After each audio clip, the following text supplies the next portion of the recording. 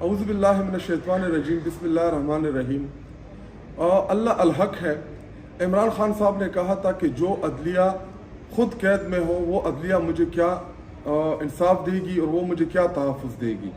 आज चीफ जजेस ने जो सुप्रीम कौंसिल को लेटर लिखा है और उसका मतन ये है और उसमें उन्होंने कहा है कि हमें आज़ादाना तौर पे काम नहीं करने दिया जा रहा, और तहरीक इंसाफ का मौक़िफ़ यही रहा है, इमरान खान का यही मौक़िफ़ रहा है कि हमारी अदलिया जो है इसको इन्फ्लुएंस किया जा रहा है, अदलिया से मनपसंद फैसले लिए जा रहे हैं। और आज उन जजेस ने तहरीक इंसाफ और इमरान खान के मौक़िफ़ की तायीद की है, और हम सुप्रीम कोर्ट ऑफ पाकिस्तान के चीफ जस्टिस साहब से अपील करते हैं और कौम की तमाम नज़रें जो है वो चीफ जस्टिस साहब के ऊपर हैं कि जब तक आज़ाद अदलिया अपना काम नहीं करेगी, जब तक आपकी अदलिया अवाम को तहफ़्फ़ुज़ नहीं फराहम करेगी, जब तक आपकी अदलिया इंसाफ के तकाजे नहीं पूरे करेगी, तब तक इस मुल्क में जो rule of law Quaid-e-Azam Mohammad Ali Jinnah साहब का जो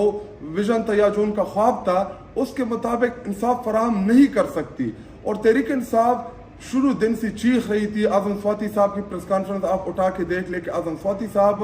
रो रहे थे और अपने लिए इंसाफ का तकाजा कर रहे थे अपने अदलिया से। अरशद शरीफ की माँ जो थी वो रो रही थी अपने बेटे की शहादत के लिए कि मुझे इंसाफ फराहम किया जाए। और अब तमाम की तमाम जिम्मेदारी जो है वो सुप्रीम कोर्ट ऑफ पाकिस्तान के ऊपर आती है कि वो इन जजेस ने जो तहफ़्फ़ुज़ात और जो खदशात का इजहार किया है इसके ऊपर मोटो एक्शन लें और इन जजेस को तहफ़्फ़ुज़ दिया जाए। जिन जजेस की घरों के ऊपर ग्रेनेड फेंके गए, जिन जजेस की वीडियोस बनाई गई है, जिन जजेस के ऊपर नाजायज़ किस्म का दबाव डाला गया है और अदलिया को यरगमाल करने की जो कोशिश है, अभी